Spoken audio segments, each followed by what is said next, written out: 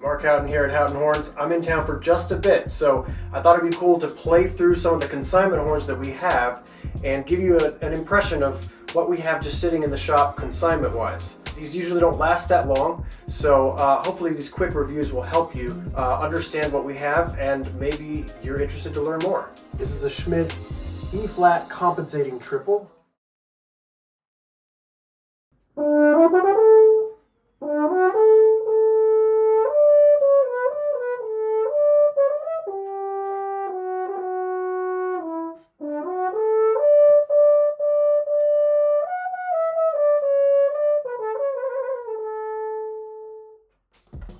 It's a pretty great horn. Right out of the box, plays really well. It's super easy. Plays in tune with itself very well. I just picked this up, so I haven't even messed with the slide setting. I found it really easy to play, and it has that characteristic feel of ease that Schmid horns are known for. It's in really great shape. I mean, it's phenomenal. It's like, it feels like it's brand new to me. So you can get this one essentially for a bargain because it's a used horn. So something to think about if you're looking for a high horn or a version of a triple horn that's extremely light and easy to play. So this is a Paxman 23L in gold brass. Interesting horn. It's beautiful. It's so aesthetically pleasing. I always love this wrap. It's so symmetrical and open. Let's give it a shot.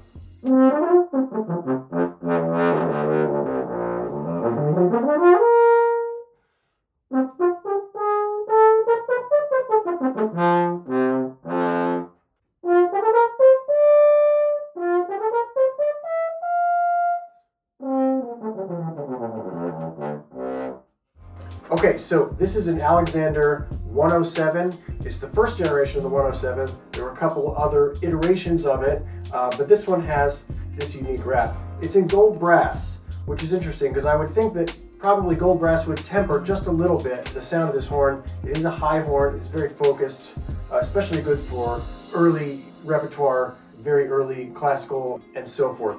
You can kind of see the whole thing is very compact, so it's almost like a little baby horn. Perfect for high horn stuff.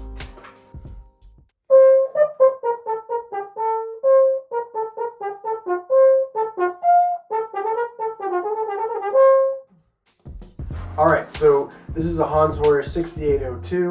It is, of course, a Crosby model horn, riffing on the success of the 8D. You know, don't see as many of these around anymore, but they're really well made. They're made in Germany, of course, and if you're in the market for a Crosby style horn, this would be a great option. It's used, it's affordable, it's in fantastic shape.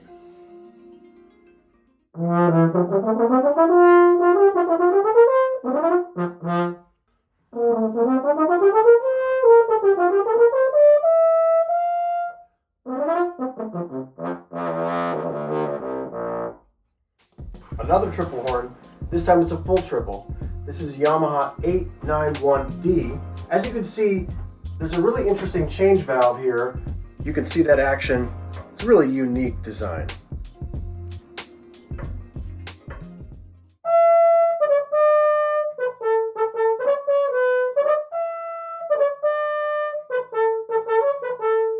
So we have a very special Yamaha 567. Why is it special? Because basically, the person who bought it originally knew, not from us, played it for maybe a week, and then they consigned it with us. So we're talking about basically a brand new horn, about $1,000 off.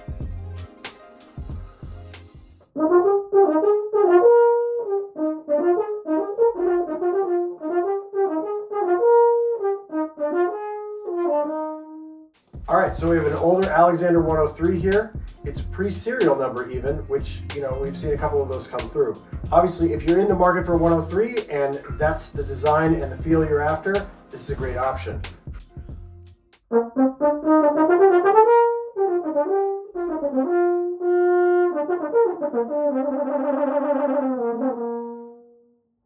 All right, so this is a Herbert Fritz Knopf Descant in B flat and high F. It's really interesting. You have this typical Knopf style square tuning slide there, and this is actually a false pipe just to make the horn a little more horn-like. There's also a very long lead pipe on this horn, which you don't often get with a Descant horn, which makes it pretty interesting, and it gives you that sense of resistance that you might associate with a bigger horn, which is kind of nice if you're used to a bigger horn.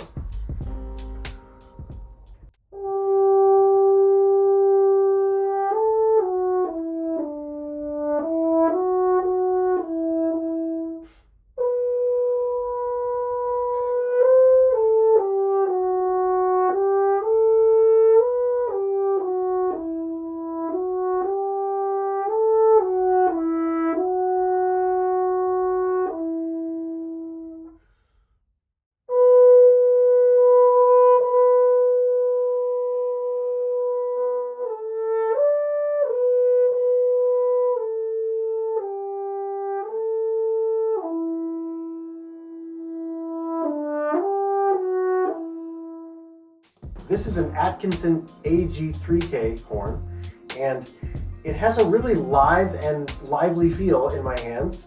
You can also see that it has a seam visible where that bell tail was hand hammered. It's a really interesting horn. If you're in the market for a handmade horn, this might be a nice option that doesn't break the bank.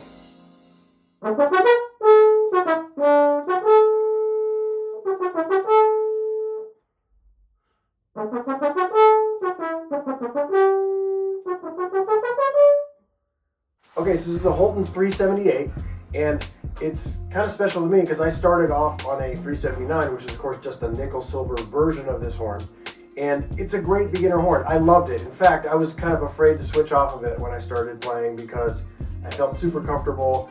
It's a great beginner horn for students, and so this being used, it's also a great value. The horn is in excellent condition. It plays well.